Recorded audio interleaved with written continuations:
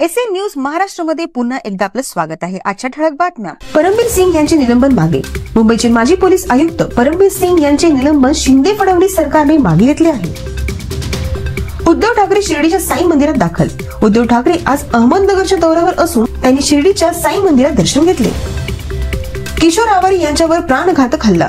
तळेगाव दाभाडे येथे जनसेवा विकास समितीचे अध्यक्ष किशोर आवारे यांच्यावर अज्ञात व्यक्तींनी प्राणघातक हल्ला केला।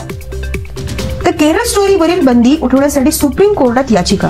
तर केरळ स्टोरी चित्रपटावरील बंदी उठवण्यासाठी सुप्रीम कोर्टात जनहित याचिका दाखल करण्यात आली आहे। मंत्रिमंडळाचा विस्तार 20 किंवा 21 एप्रिलला। आमदार बच्चू कडू यांनी सांगितले की मंत्रिमंडळाचा विस्तार 20 किंवा 21 एप्रिलला होणार आहे। सीबीएसई 12वी बोर्डचा निकाल जाहीर।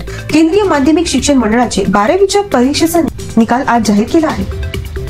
पुणे मुंबई द्रुतगती मार्गावर वाहतूक कोंडी। पुणे मुंबई द्रुतगती मार्गावर वाहतूक कोंडी झाली असून मुंबईकडे येणाऱ्या वाहनांची संख्या वाढल्याने रांगा लागल्या आहेत। महाराष्ट्र बजेट 2025 लाडकी बहीण योजनेसाठी 36,000 कोटींचा निधी।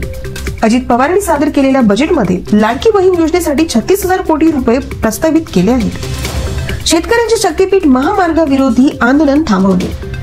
मुंबईतील आझाद मैदानावर शेतकऱ्यांनी शक्तीपीठ महामार्गाला विरोध करत आंदोलन केले होते, जे आता थांबवले आहे।